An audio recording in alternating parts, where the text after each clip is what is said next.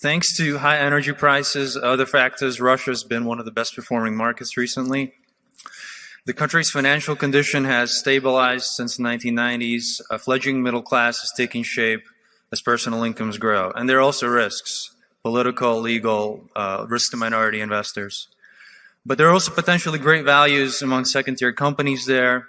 I was wondering what needs to happen in Russia for you to invest there, whether for Berkshire or for yourself, and what kind of companies would interest you there? Yeah, it sounds like you may own a few Russian stocks yourself. I would, as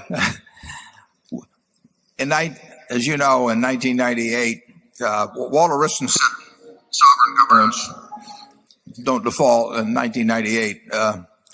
In Russia, at least, he was proven wrong. And Charlie and I inherited a business at Solomon that was in the oil business, big time out in Siberia. And there came a time when we got to dig the holes. We sent the money in, and as long as we were drilling, we were welcome. And then we wanted to start taking the oil out.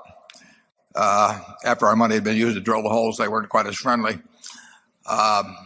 In fact, it was really kind of extreme what took place with us.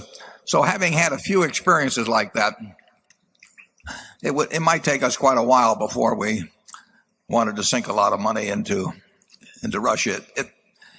It may be different now, but I don't think it's any certainty. I had breakfast in Sun Valley 3 years ago, this July, I believe it was, with Kordakovsky, and we had a translator there, and he talked to me about whether he was thinking about listing Yukos on the New York Stock Exchange, but he said, it would require registering with the SEC or something, and he wasn't sure whether that would be too dangerous.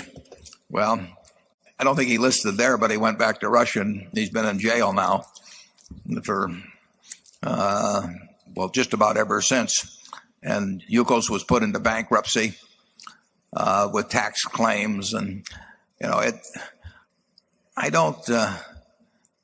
just think it's a little hard to develop a lot of confidence that the world has changed permanently there in terms of its attitude toward capital, and particularly toward outside capital. Charlie, what are your thoughts? Yeah, the situation reminds me a little of polypetroleum, which years ago was much traded in Los Angeles. And the saying always was, if they ever do find any oil, that old man will steal it. And I'm afraid we have some of that problem in many of the countries in which we're seeking for oil. Didn't we really have the livelihood of our guys threatened over there, Charlie? I think we sent in some people to get out the equipment, and they said if they sent in the people to get out the equipment, not only would the equipment not get out, but the people wouldn't get out. So we understood the situation. That was not that long ago. No.